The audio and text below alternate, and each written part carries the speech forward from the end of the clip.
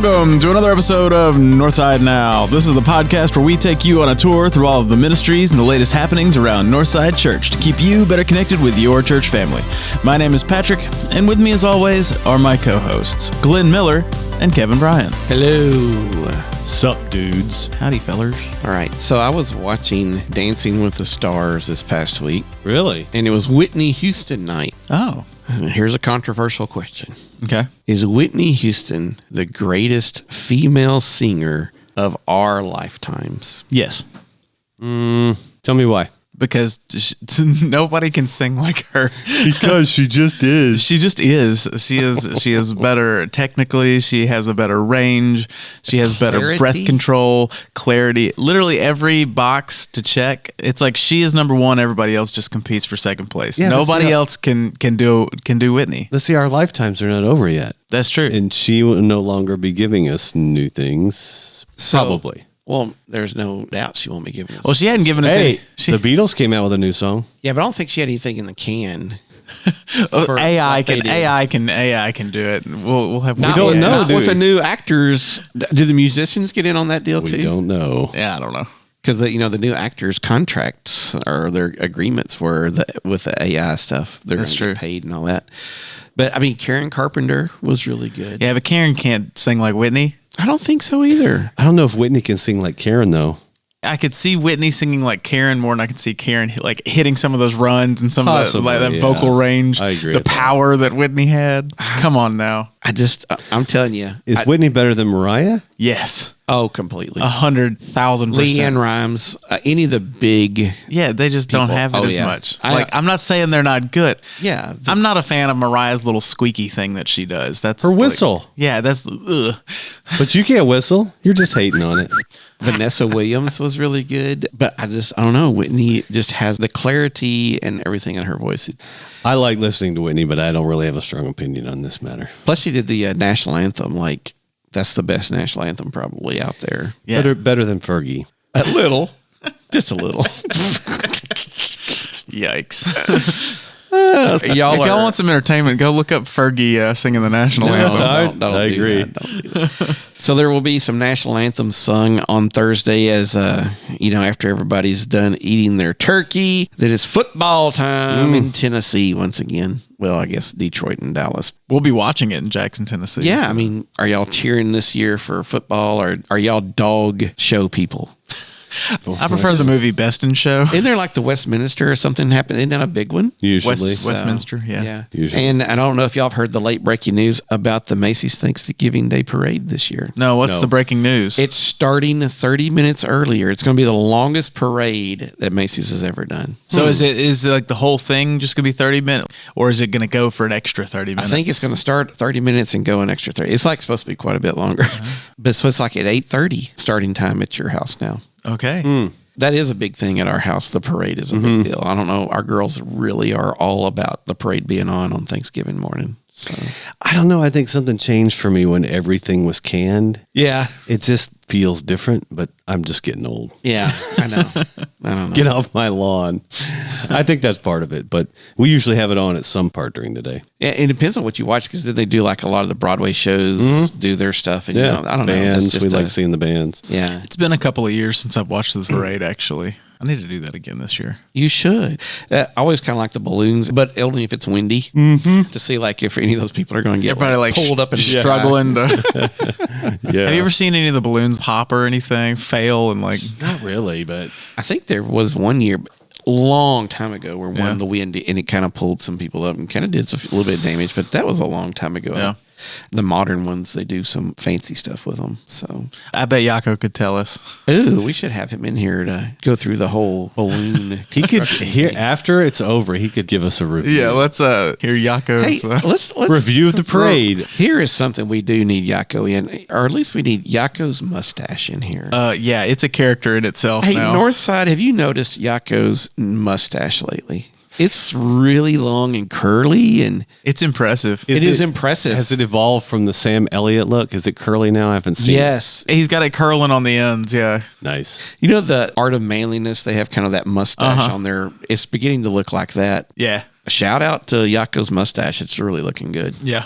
I'm not jesting. I was telling him this yesterday. Does it have its Everybody, own? make sure you go up to Yako and tell him how good his mustache is looking. And That's exactly right. I think we got it's to gonna give him a confidence boost. Yeah, I think it's going to have his own Instagram page. I think it should. I really do. Jocko's mustache. I mean, In fact, I told him that.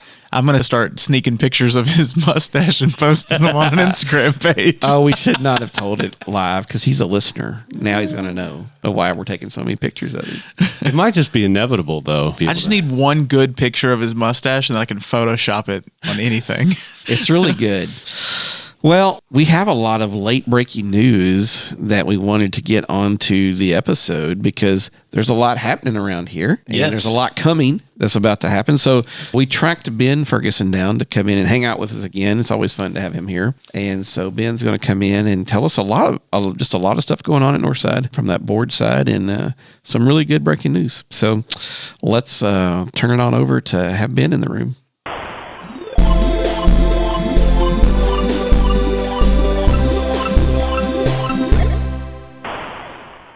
We're here today with Ben Ferguson. Welcome back. Good to be here.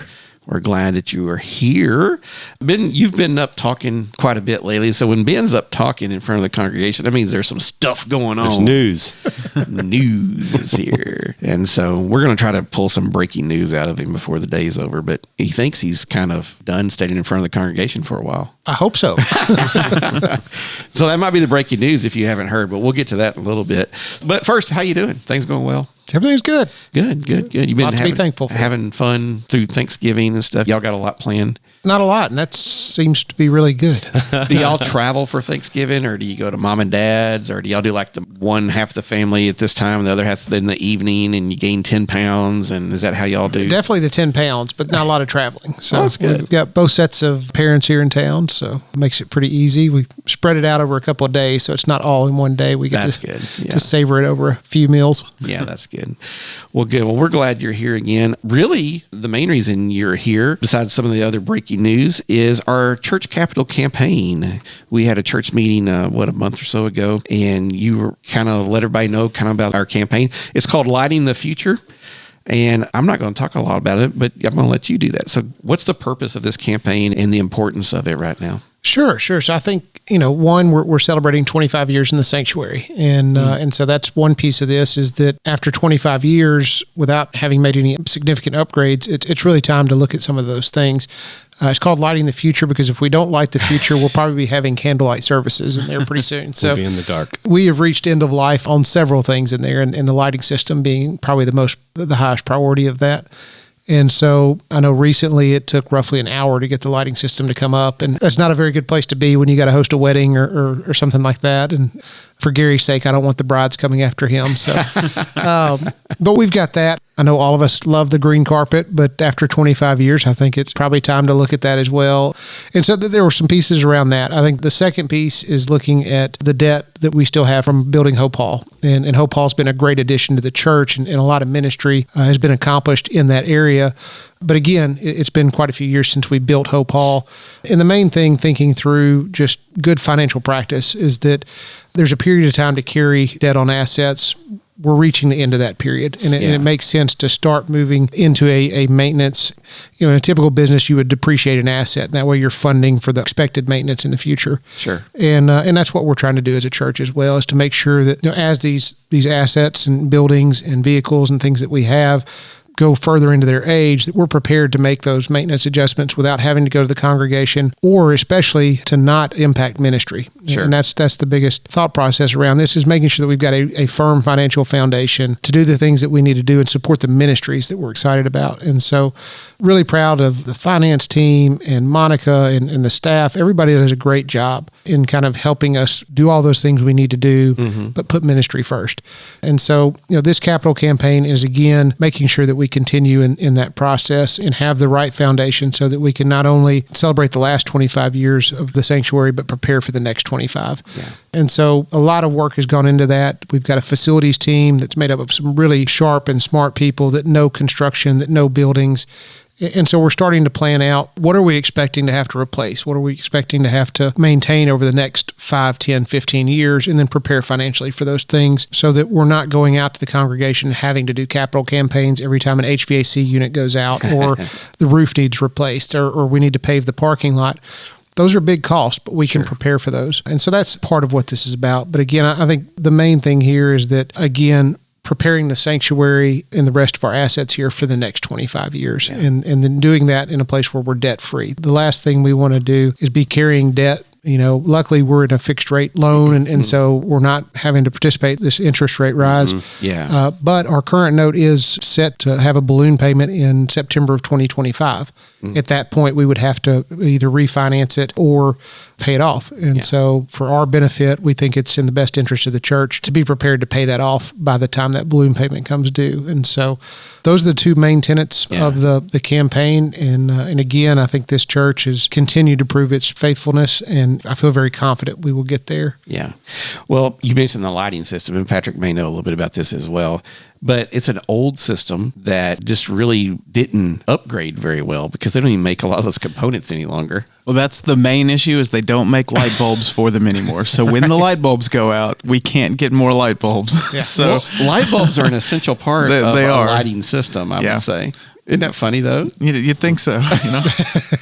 Now the system in Hope Hall is the same system or just really similar? It uses the same bulbs, right? It does, yeah. Basically same system, just installed a few years later. And so we realized that, again, as we track this out, that's another thing that it'll be reaching end of life in a reasonable amount of time. Yeah. And so that was part of the conversation, is that it makes sense to go ahead and address that while we're looking at this. So we will be purchasing the lighting system to replace Hope Hall.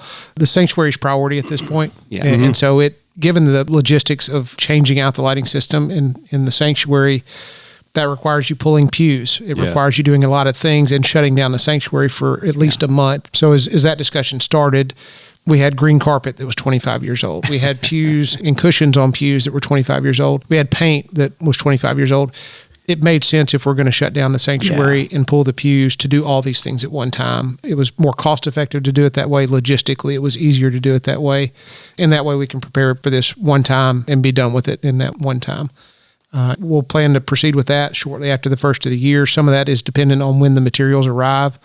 I know the Board of Servant Directors released all the bids. And so we're in the process of procuring all of that at this point. And as soon as the materials arrive, the contractors are in place, we'll be ready to go. And so hopefully that can be January. It may be February. And then the timeline on that, we're thinking, is roughly 4 months. And I know the staff have been preparing on how logistically we manage to serve all our ministry areas and do that with some limited space requirements during that time. Yeah, that's been a fun dance. But I want to tell you, one of the things we learned, the staff recently got to see the color scheme and everything. I mean, I was just dying to see this because I was so interested. I just wanted to make sure they hit what I really wanted. And I really didn't care, because I could have told you that carpet in there is 25 years old, 25 minutes old. It's not one of those things Glenn pays attention to, really. You're right. Right. But one of the things I found so cool, because you grew up in church, and there's a piece of furniture in a church that just, I don't know, it holds some kind of mystical value to it, and that's the pews. And to find out when they came and showed us stuff, it is going to look incredible. And, and you're like, well, yeah, that's going to look awesome. I mean, the carpet and everything they're putting in, the paint schemes look wonderful. But the people that put in the pews are going to be the same people who refurbish them for us. That's correct. I don't know why that seems so wonderful to me, but I don't know, there's just something really comfortable about that, knowing how much the pews mean to a church body, a sanctuary. And they mean way more than they probably should, quite honestly. But I thought that was cool that we're going to have some of the same folks at least working on those very important pieces. There'll be new people doing all that stuff. Right. But for the pews, that seemed very comfortable to me. So I was very happy to hear that. And I think it makes other people feel good too. So definitely some interesting legacy in that. That's pretty neat. Yeah, but we did see the colors, and that's all going to be really neat. And the layout is just really cool. You tell they know what they're talking about, because I have no idea what I'm talking about. I've got a question. Yes. Because I didn't see that. Is there a way that other people can see what is going to happen? When will that be unveiled, and how can we get a hold of it, look at it? Yeah, I know we had discussions at the board level. We had there was a group that went through that, and we had a professional that actually designed the sanctuary on the front end. There was a committee, I think, of 5 that worked through that on the selections. And Okay. we wanted to be careful with that because I think everybody thinks they're a designer in some way. And so we wanted to make sure that this wasn't decoration by committee, at least by a committee of 800. And so I don't know if they've got plans to put full mocks out there or if they're going to wait and just surprise the congregation. Yeah. And so, again, I think the other part of that is it's a little hard, at least for me, and I think probably for several, is to take just, one floor tile Oh, yeah. and see Yeah. that Yeah. in the context of an entire sanctuary and Narthex and all of those things. But I feel extremely confident in the folks that worked on that. And for those that have seen it, I think has been a very positive and unified feedback on that. It's very exciting to see and to hear it. So that's going to be good. But I thought the pews were a really special thing. And then with the lights, do it all at once. That is a great idea. Yeah. Because again, I'm the type of person that's like, I don't know why carpet wears out in 25. I just not on my scope of things of importance. And so, but it is an important thing, Yeah. I wish I could get it to where we only had to replace things in my house every 25 years. I feel like we're not getting quite that same lifespan. Yeah. So the needing to retire the debt that we already have, that really has nothing to do with anything we did in the disaffiliation or anything. We handled all that separately. All that's done. So there isn't anything that's really slowed us down, right? This is just, we're just getting to that time frame. Yeah, no, I think that's correct. Again, we did Free for Christ. And again, a lot of that was about becoming free from the denominational piece and disaffiliation. And then we did apply funds raised in that towards debt retirement.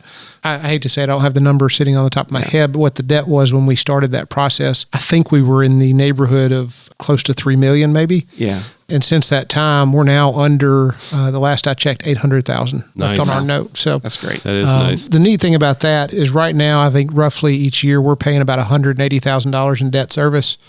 To be able to put some of those funds back into the overall operating budget. The other side of that is we need to put some of those funds into kind of our building maintenance reserve so that, again, as we're planning for maintenance of the different buildings and areas, that we've got ways to fund both of those things. I think it's exciting to see, us freeing up. Previously, we were doing apportionments. I think the neat thing is we're, from a budgetary standpoint, we're opening up new avenues for funding of ministry. And that's, as we're sitting back and trying as Board of Servant Directors, how can we put as many dollars that are raised through the church back into God's ministry here at Northside? And I think there's some smart ways that we can do that. And there's no one check mark to say the health of a church, right? But looking at the little numbers that come out on like the newsletters and things like that, our giving has been just really wonderful in the last year or so. And so that's one of the markers, though. Wow, my voice just disappeared. That's Glenn's getting choked up. Oh my goodness, I'm getting. But that's one of the markers of a really healthy church is how people give, because that's a stewardship, that's a you and God kind of thing, right? So we're in a good spot to launch, not to finish something, but to really launch out into somewhere new. And I think the Board of Servant Directors is kind of feeling that as well. Is that correct? Yeah, I think so. And I think it's on a lot of fronts. From a health of the church standpoint, I'm not in the staff, but as I look around at our staff, I feel like we have got such a dynamic and committed staff right now. We have so many opportunities in ministry growth areas. And then from a funding and finance standpoint, we're in a healthy place in those regards as well. Given that we're in, what would be considered a slower economy right now, giving has stayed fairly constant. That's great. There's a lot of members here that have been with Northside since it was in the chapel. Yeah. And I think it's an interesting moment for that group of members to really cement a legacy in this church and provide a foundation for that next generation to walk into something that they never had the opportunity to do. We, for the last 30 years, it was building buildings and building those things. Now, it's pretty interesting because we've got capacity. We've got the physical assets we probably need. Now it's really interesting to see, what do we do with those assets in terms of ministry offerings? Where does that take us and where's God calling us to? Yeah. I feel good that we've set in place, at least from a operational standpoint, the pieces that need to be there to help with that process. Well, speaking of staff, this past Sunday and even the week before, there was an email that came out this past Sunday, a video from you. And Patrick put that together. I saw y'all in there doing that a while ago, and looks like y'all were having fun. Always. maybe one of us. I was on the wrong side of the camera. But that's our breaking news. Yeah. So talk to us a little bit about the addition of Brian Lee. Yes. Changing his title from interim to you're here to stay for a while. That's it. I couldn't be more excited about it. And I think a lot of people to thank in that process. Obviously, Brian and Clella first for really listening to where God wants them to be. But I think from the pastoral search team standpoint, you had a group of people that were dedicated and met for 29 weeks, going through, I think, roughly 170 candidates, some very talented and wonderful preachers in that process. But as we went through that process, there wasn't any candidate that we would get clarity or peace around that they were the right candidate for Northside. And that was important. We realized the importance of the due diligence that needs to be done, the importance of that decision. And so going through that process, again, got to meet a lot of really wonderful people. But I think as we got towards the tail end of that, I think it was almost palpable, having watched Brian in the pulpit the last 5 months, that there's some really powerful stuff happening every Sunday from the pulpit. I think watching him interact with the staff and just the continuity we've seen over the last 5 months. But it raised to a level where members of the pastoral search team, once we kind of got through the last candidate and kind of felt like, look, this just isn't the right fit, then, at that point, we asked Brian, would you be willing to, be a candidate for this search process? And, at that point, he shared with the group. He had shared with Daphne maybe a little bit earlier. I think that conversation came up kind of organically between the two of them. And at that point, I had a conversation with him. And I think we both said that, look, if this is where God wants us to be, then he's going to confirm that through this process. And so, by the time we got to the end and it was brought up, he shared with the congregation kind of where God was working in his heart. And I think anybody that's been here over the last 5 months, I think when he first accepted the interim role, he was very clear. This is interim. I'm here for a finite period of time. And I think he was comfortable with that. But I think I'd much rather him speak to this than me, because I'm sure I'll get it wrong in some regard. But I think it was very evident he was enjoying being up there. And there was something freeing in that process. I think he shared that he kept having this internal conversation with God of, and realizing that he's got a lot of gas left in the tank. Yeah. And I think the way that the role has been structured, it really allows him to work in the areas where I think he has excellent gifting, but also has a passion for it. And so the teaching and the preaching, and fortunately with the staff that we've got and the pastoral staff that we've got, it allows us to structure the role in a way that fits what he needs at this point in his life. And so, as we walk through that, when he said, I'm willing and would like to be considered, then the pastoral search team put him through the exact same process that we did every other candidate. His references were checked. We went through his resume. We, had him answer the same theological questionnaire. Obviously, we had researched his sermons throughout the process. And really had some follow-up conversation through that process to really dig deep. The great thing is that I can say without hesitation that we went through that process. He was the best candidate for Northside. He was the best fit for Northside. And he's an excellent pastor. We went through that process. The recommendation was unanimous. Obviously, Brian recused himself from any conversation or vote about himself. It went to the chairs and vice chairs at that point as part of the process, and the pastoral staff for approval. That was unanimously approved at that point. And then it goes up to both boards in a joint board meeting where you have to have 75% of both boards agree. And luckily, 100% of both boards agreed. And so we now have a new preaching pastor here at Northside. Yay. That's been a journey. It has. And, just you describing all that right there, I was getting tired for y'all, because I don't think people realize the amount of time. Come on, Glenn. It was only 29 weeks. 29 weeks. I mean, I don't know what to do with my Wednesdays anymore. So. What are you going to do? I don't know. I've got 11 people I'm probably not going to see this week or the next, but then I'll probably start missing them. So. I was going to say the word that came to mind was relief, because it's decided. The question I have for you is, being a part of the process and knowing Brian and all the other candidates like you have, what's the thing you're most excited about with, let's say, the next 5 years as it comes to, you've talked about staff in general, but just in the decision that's been made? Absolutely. So I think one is just, the stability that I think it provides the church to really explore where God's calling us. There's no winding up process right now. I mean, we just step into it and run. And that's exciting to me, is that, look, we've got a great staff. We've got a great congregation. We've got great lay leadership. And I think it's, at this point, it's just, God, where do you want us to go? What do you want us to do? And that's exciting to me. We got to talk to a lot of really talented pastors, but I felt like, again, and this is me speaking personally, Brian gets who we are. Theologically, he knows who we are. there's alignment there. And I see, Sunday, I see the feedback from the congregation and him and what's happening there, and there's just a lot of good things going on. And Glenn stepping into a new role, Andrew being added to the team, Miranda and what she's doing in the children's ministry, and Millie and Ray in the worship arts area. There's so much good stuff happening right now. And that's exciting. Yeah. Awesome. Yeah, and the thing that you can't know with the others is that we know Brian. So we've had this time frame to get to know him, and so that interim has been very fruitful in this particular instance. That's not always the case for everybody, but this one, it was very, very fruitful, I think. I tell you, the other piece with Brian is there's no agenda. He has nothing to prove to anybody. All he wants to do is do what God wants him to do right now. Yeah. And he doesn't have a career to make. He doesn't have a name to make for himself. It's simply, God, what do you want? How do you want me to be your vessel right now? And you used the word a while ago, stable.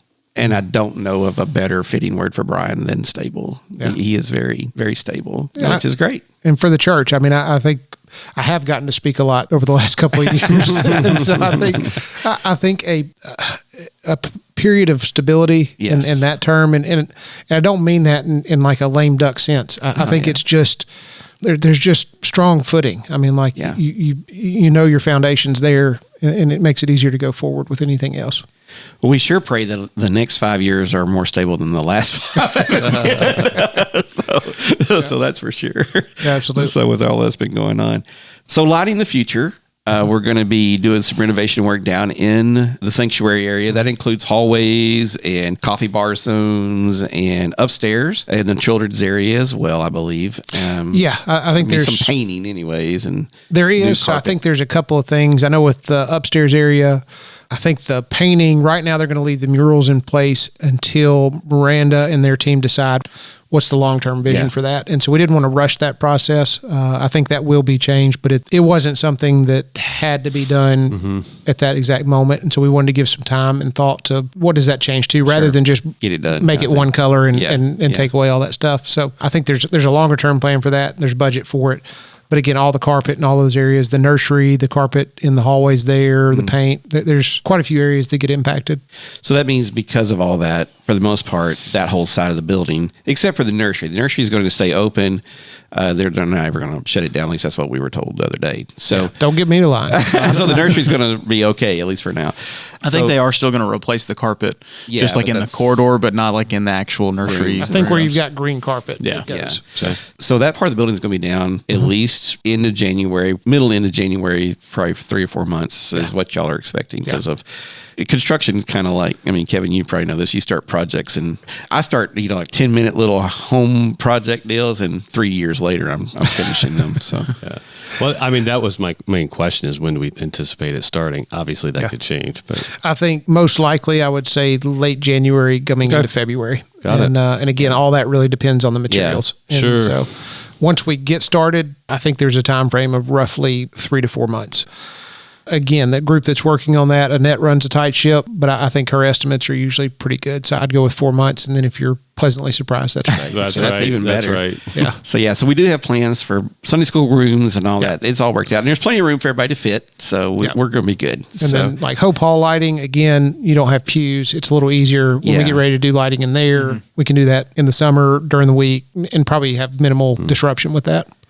Well, we always love to have Ben in to talk about all these late-breaking news stories about the church. But a lot of times when you're in, we also like to ask you, because you're kind of out and about in the business world and in the know world of Jackson, right? And so since the last time we talked to you, the economy's kind of taken a little bit of a dip. But employment has come back up, which happens to be one of your particular areas of expertise. So how are we looking, again, because we've done this before on an episode before. So how is that world looking in Jackson right now? Overall, not bad. It's softer. Definitely softer. And I think if somebody's looking for a job now, they're probably looking a little harder than they looked a year ago. I think we've got some things going for us, and that Tennessee's a pretty attractive state for economic development. It's an attractive state for business in general. And then we've got some things like the mega site and some other things that are drawing some additional activity that we normally wouldn't have. So I think all of those things are helping us probably ride out what is a softer economy than other areas. But I think, high interest rates, there are things that are going to trickle through the economy that are going to make it probably soft for a little bit longer. And so it's harder to buy vehicles. It's harder to buy houses. It's harder to do a lot of those things right now. And I don't think that's probably been fully realized just yet. And so I think you'll see some slowdowns in some areas. And, the Fed really kind of controls that with how they set interest rates. They were wanting to slow the economy down. It looks like that's starting to work. The hard part is they don't realize it's worked until it's too late to turn the dial back sometimes. And so, I think that's the danger here is just, not artificially causing a deeper recession. And I think they're monitoring that. Again, hopefully this is a very kind of shallow recession. If it is, I'd definitely say it's softer. Unemployment is just kind of the oddball in the statistics right now. And inflation, again, there was just so much money put into the system at one time that's going to wash through, and then we'll actually see where we are. Yeah. Well, goodness, with Tennessee being a great place, West Tennessee is growing, and there's a lot of happening around us here. There is no way we can tell the future. We don't have that, but we do hold on to one here at Northside who does, and that's our Lord and Savior, Jesus. And he lights our future, and we can join him in that as a part of this campaign, because in West Tennessee, Northside's a pretty good place to be. Mm-hmm. And I think stable is a really good descriptor of kind of where we're going in a lot of different areas and platforms here. And in a world that's kind of got a lot going on in it, that's a pretty good, strong place to be. So thank you for your leadership and the board of lay elders, the board of servant directors. Thank y'all for helping us get to this point. And there are flyers all the way around. It's on our website. You can talk to Ben or Monica or anybody else. We're kind of looking for people to turn in those pledges. And so we'll kind of know where we're at, right? Is that right? Yeah, absolutely. So if you're listening to this and you haven't turned in your pledge card yet, feel free to turn that into Monica. You can put those in the offering plates. Again, it's not about equal giving, it's about equal sacrifice. And so we really want everybody to participate in the campaign. And then secondly, this is in addition to our normal tithing. I want to make sure that's covered as well, is that it does us no good to take money that we would normally tithe into the normal church operating budget and pull that out to do this, or it's just kind of defeating the purpose. Yeah. But I do encourage everybody to participate and help us create that foundation for the next 60 plus years of Northside. It's going to be a good 60 years, no matter what. So thanks for coming by again. We always enjoy having you here, and we could go on and on and on forever, but I believe he's ready to go eat lunch. What do you think, Patrick? Me too. I second that motion. So thanks, Ben. All right.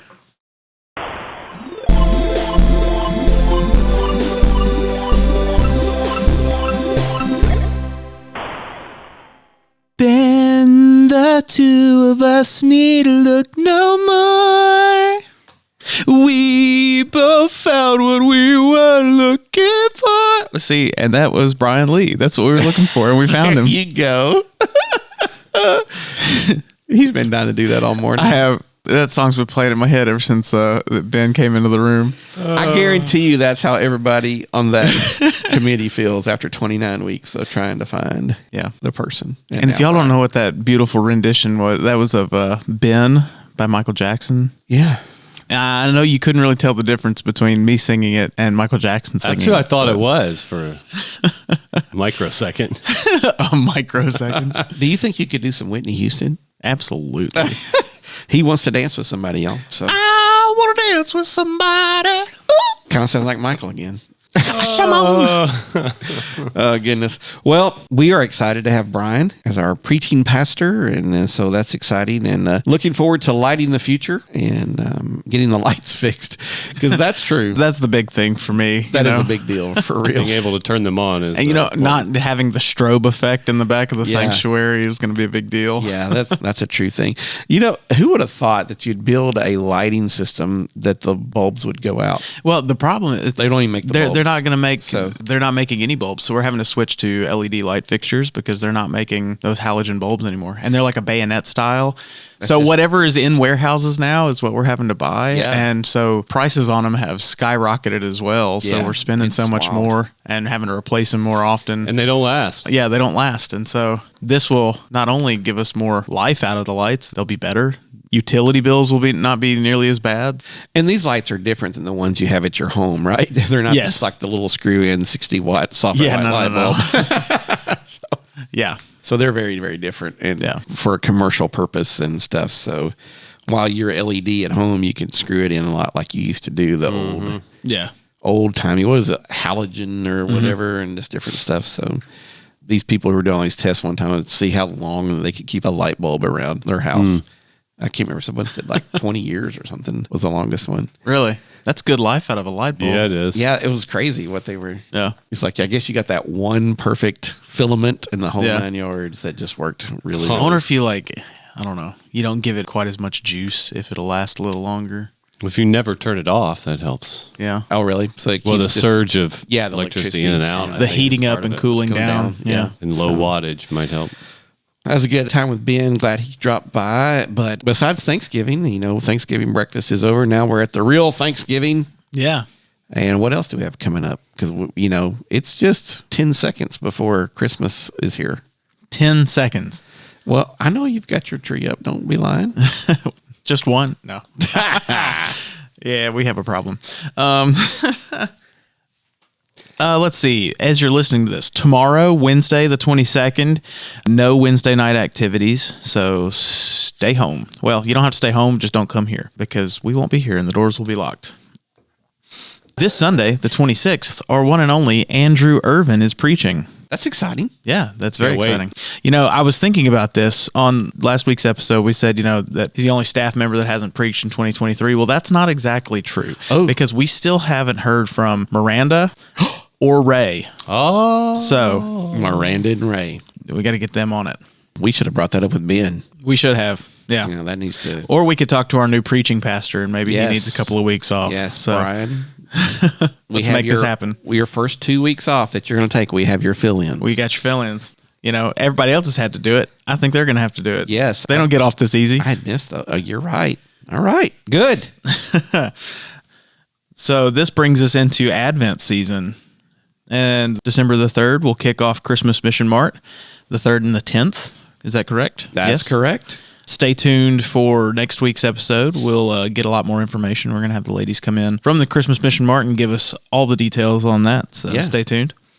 Also on December 3rd, we have Jingle Jam at 6 o'clock p.m. in Hope Hall. We're going to, sing a lot of Christmas songs. We're going to drink hot chocolate, eat some cookies.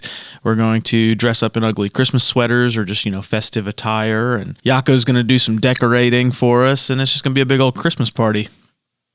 I need a cookie update. Have you found the cookies? We haven't. We are hoping I've got elves out everywhere Yeah. looking for this cookie. And so I'm hoping and praying that it will show up. Yeah. Just like the prince waiting for the princess to show up with the The right shoe. anticipation is killing me, and I'm I'm- going to have to try these cookies. So. They are the best cookies you've ever had. So the Christmas Mission Mart will also be on the 10th, the next Sunday. Also on the 10th is the Children's Christmas program. That will be called Symbols of Christmas, and will start at 5:30 p.m. in Hope Hall. Make sure you put that on your calendar. That's Symbols, not Simba. Yeah, no, we talked about this last week. It's not symbols. It's like SYMBOLS. Oh, but not SIMBA. No, it's not Simba of Christmas Oh, okay. either. All That's right. That was cool how we did that. Just was- right yeah, that was in good. unison. That's good. And then on December the 12th, Tuesday, that will be Joy Group. That's their Christmas luncheon. Jared Heldenbrand, our very own pianist, will bring the USJ Choir and will be the entertainment for that. So make sure you sign up for that online. Then coming up on December the 16th is the Christmas Cantata's first performance. That's Saturday night at 7 o'clock p.m. in the Sanctuary. The Christmas Cantata this year is called His Name Shall Be. That is a Ray Barnett original. He didn't write the music. He just came up with a name. And then on December the 17th, that Sunday morning, will be another performance of the Christmas Cantata at 10 a.m. We will have Sunday school that morning. We'll have Sunday school at 9 o'clock a.m. and then one service at 10 o'clock a.m., which will be the cantata. Then the next week, December 24th, it's Christmas Eve. We're going to have one service that morning in Hope Hall at 10 o'clock a.m., no Sunday school. And then in the evening at 5 o'clock p.m. and 7 o'clock p.m., we will have our regular Christmas Eve services in the sanctuary. So that's 10 o'clock a.m. in Hope Hall, 5 o'clock p.m. and 7 o'clock p.m. in the sanctuary. Then the next week, that's New Year's Eve. We are also going to only have one service that Sunday morning, 10 o'clock a.m., this time in the sanctuary. No Sunday school, so 10 o'clock a.m. And then those Wednesday nights of those weeks, the 27th and the 3rd, there will be no Wednesday night activities. And that's what I got on my calendar. Wow. I'm probably missing something because there's always more stuff going on. Oh, you know what I did leave off? See, slipping my mind. Until the 26th of November, through the 26th of November, so we got like another week left. We got our coat drive going on. Hey. So bring some coats. And I sent out a email link to Amazon page that has the ones without hoods and Yes. right colors and all that. So That was good. How about that? Yes. So make sure you check out that information on our website. You can find it on our social media pages and all that. And donate some donate some coats for kids. Donate some kids. Donate some kids. We can edit that part out. Yeah, that's not what we could. want to do. We do want to do all of that great stuff, and then remember the Lighting the Future campaign. Get your pledge cards turned in as well. Yes. Yep. Well, guys, thanks for podcasting with me.